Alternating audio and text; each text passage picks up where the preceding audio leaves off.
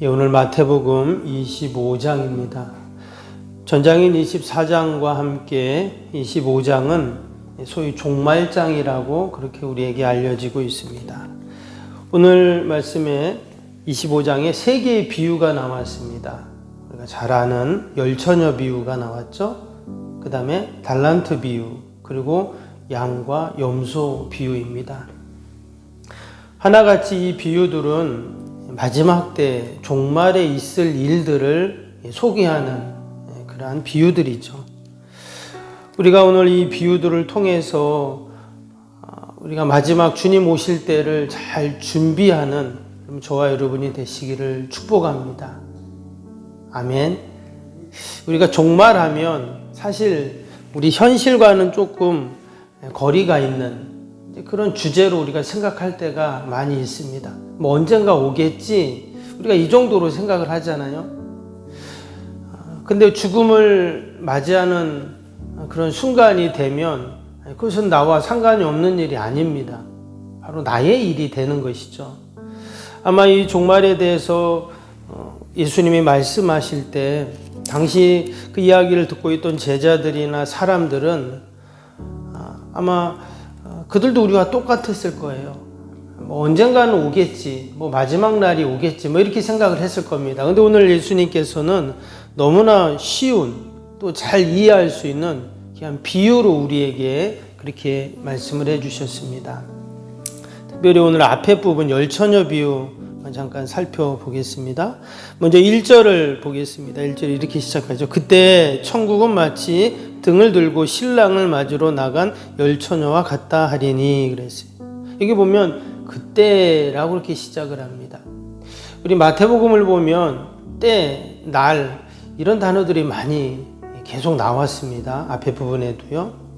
그래서 이 마태복음은 그 시점을 아주 중요하게 생각을 합니다. 여기서 그때라는 것은 어느 정해진 때가 있다는 말이겠죠. 특별히 앞에 보면 24장 마지막 48절 한번 볼까요? 뒷부분에 48절에 이런 말씀이 있어요. 만일 그 악한 종이 마음에 생각하기를 주인이 더디 오리라 하여, 이런 말이 나왔어요.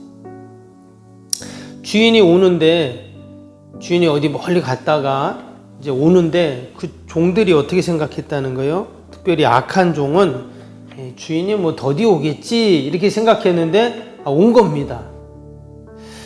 이것은 주인이 늦게 왔다는 말이 아니라 주인은 어때요? 늘 정해진 때에 오는 거잖아요. 그런데 악한 종은 오기는 뭘 와, 언제 와 이렇게 생각을 했다는 얘기예요. 근데 주인은 어떻습니까? 늘 정확한 때, 늦게 오지도 않고 빨리 오지도 않고 늘 정확한 때에 온다는 거예요. 여러분, 하나님은 늘 정확한 하나님의 예정과 섭리 가운데 여러분 우리를 인도해 가시는 줄로 믿습니다. 오늘도 하나님께서는 하나님의 정확한 그 때 실수 없이 여러분 우리를 그렇게 인도하시고 도우시는 하나님이신 줄로 믿습니다. 그때 하나님께서 천국에 대한 말씀을 지금 하고 계십니다. 그래서 천국은 마치 등을 들고 신랑을 맞으러 나간 열처녀와 같다. 우리가 이 열처녀 비유에 대해서 많이 들어봤죠. 또 우리가 이 말씀을 익히 잘 알고 있습니다. 이 열처녀 비유도 결국 무엇을 얘기하는 거냐? 종말을 얘기하는 것이죠. 재림에 대한 이야기를 하고 있습니다. 그런데 24장도 마찬가지지만 이 25장도 뒤에 나오는 달란트 비유, 양과 염소 비유도 결국은 뭘 얘기하냐? 천국을 얘기하시려고 재림, 종말을 말씀한 거예요. 그래서 지금 천국은 마치 그랬잖아요. 결국은 다 천국에 대한 이야기를 하시려고 그러셨다 하는 것입니다. 여러분, 천국, 저와 여러분 꼭 천국 가야 할 줄 믿습니다. 당연히 천국 가야죠. 천국 가야 되는데 우리가 한 번도 경험해 보지 못한 천국입니다. 죽음이라는 그 문을 통해서 가야 하는 곳이 천국입니다. 때문에 우리에게는 천국에 대한 신비도 있지만 또 다른 한편으로는 막연한 두려움이 있는 것이 사실입니다. 근데 예수님께서는 그 천국이 얼마나 좋은 곳인지 설명을 하시면서 혼인잔치의 비유를 하셨어요. 뭐 잔치가 많이 있지만 여러분, 혼인잔치만큼 기쁘고 즐거운 잔치는 없죠. 고대 사회는 더, 지금보다는 더 이 혼인잔치가 아주 성대하고 또 큰 잔치였을 것입니다. 그런 혼인잔치에 천국을 비유를 하고 계시다는 거예요. 앞에 우리 22장에도 혼인잔치 비유가 나왔어요. 거기서는 어떤 임금이 자식을 혼인시키는 혼인잔치. 여러분, 자식을 결혼시키는 잔치 얼마나 기쁘고 즐거운 잔치예요. 근데 마치 천국이 그런 곳이다 하는 것입니다.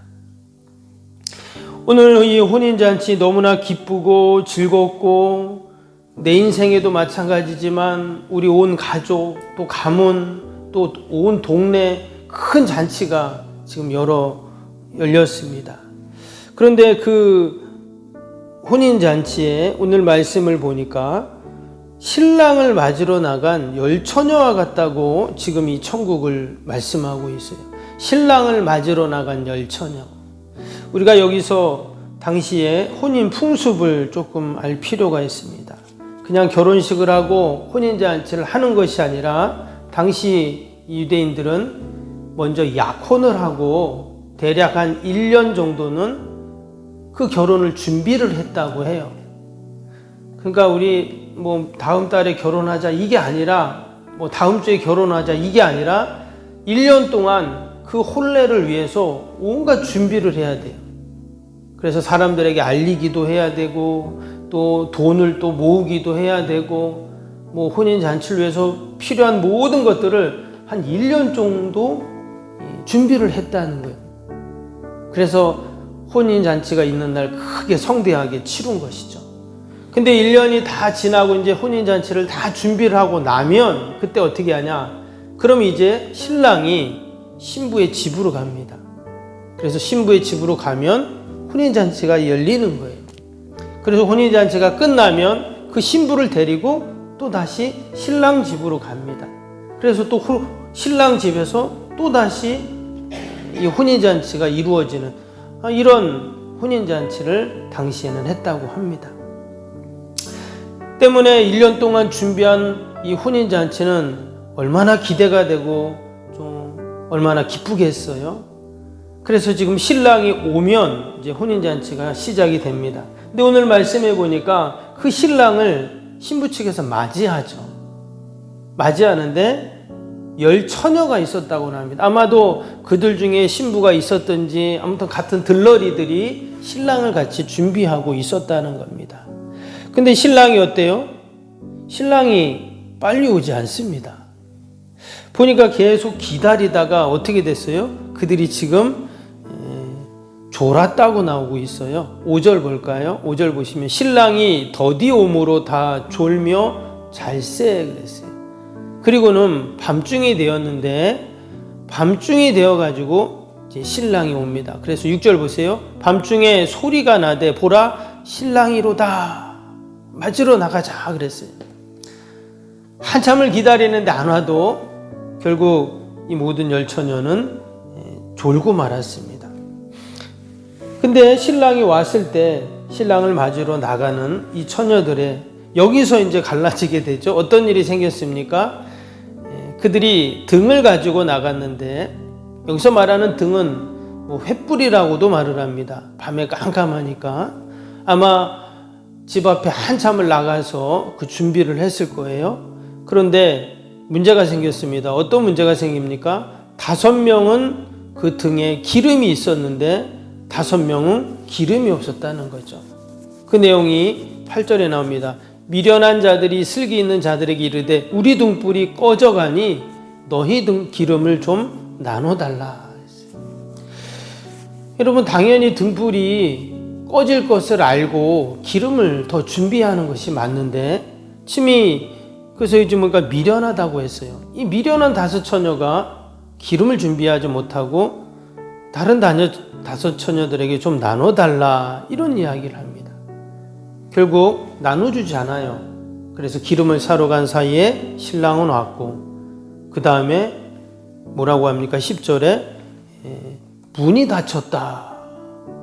참 이 말씀을 읽으면서 가슴이 섬뜩하더라고요. 문을 닫아버린 거예요. 그동안 계속 같이 있었잖아요. 그래서 잠시 기름 사러 갔다 온 건데 기쁘고 즐거운 날 좀 같이 참여할 수 있도록 해주지 문을 닫아버리는가 그 밤에.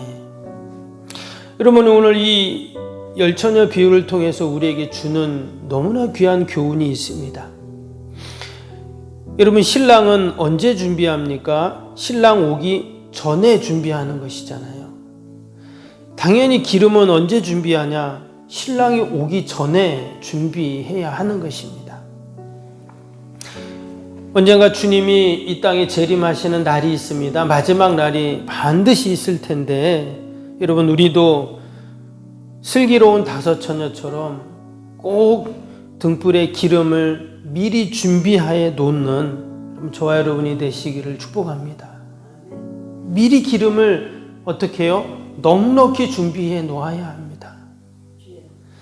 오늘 이 열처녀 비유 이에 나오는 그 달란트 비유도 마찬가지고요. 그 뒤에 나오는 양과 염소 비유도 마찬가지입니다. 그들이 다 어떻게 해요? 주인이 오기 전에, 또 마지막 심판의 날이 되기 전에 그들이 준비된 삶을 살았다는 것을 우리에게 계속 이야기를 해주고 있습니다. 우리는 지금 어찌 보면 마지막 때를 준비하는 인생을 살고 있습니다. 우리도 기름을 넉넉히 준비해서 신랑 오실 때 여러분 기쁨으로 그 신랑을 맞이하고 그 혼인잔치에 함께 참여 즐거움을 누리는 저와 여러분이 되시기를 주님의 이름으로 축복합니다.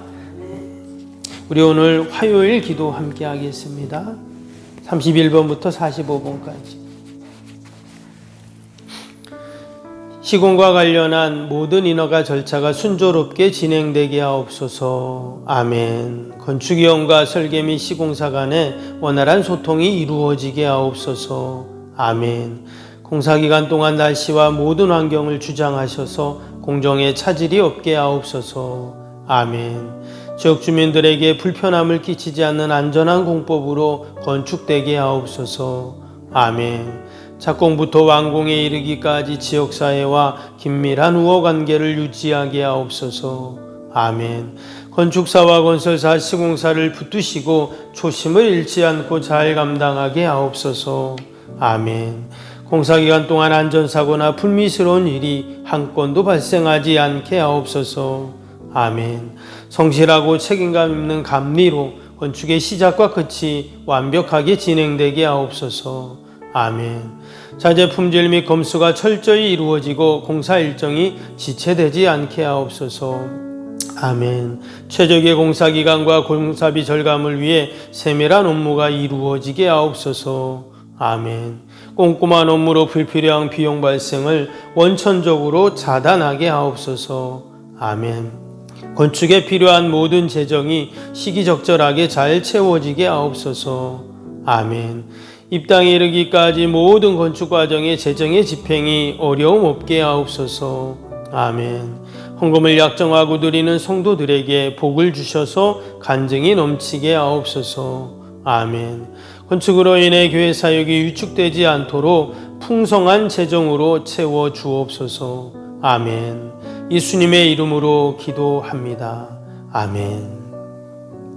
사랑과 은혜가 충만하신 하나님 아버지, 우리가 열처녀 비유를 통해 또 달란트 비유와 양과 염소 비유를 통해 주님이 이 땅에 오실 마지막 날을 기대하고 소망하며 잘 준비하는 저희들이 되게 하여 주옵소서.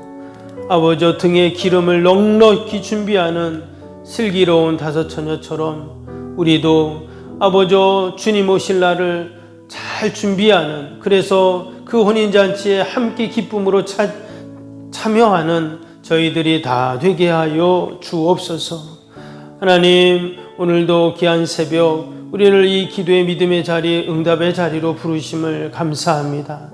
기도하며 간구하는 모든 제목들마다 하나님께서 아버지 때가 되매 다 이루시고 또한 아버지 해결하시는 은혜와 복이 있게 하여 주옵소서. 연약한 육신 날마다 강건케 하시고 병사에 있는 환우들과 우리 연로하신 어르신들 늘 하나님의 은혜가 있게 하여 주시옵소서. 우리 멀리 타지에 있는 성도들 자녀들 늘 돌봐주시고 특별히 추석 명절을 맞이하여 오고 가는 모든 발걸음들 하나님 복되게 하여 주시옵소서.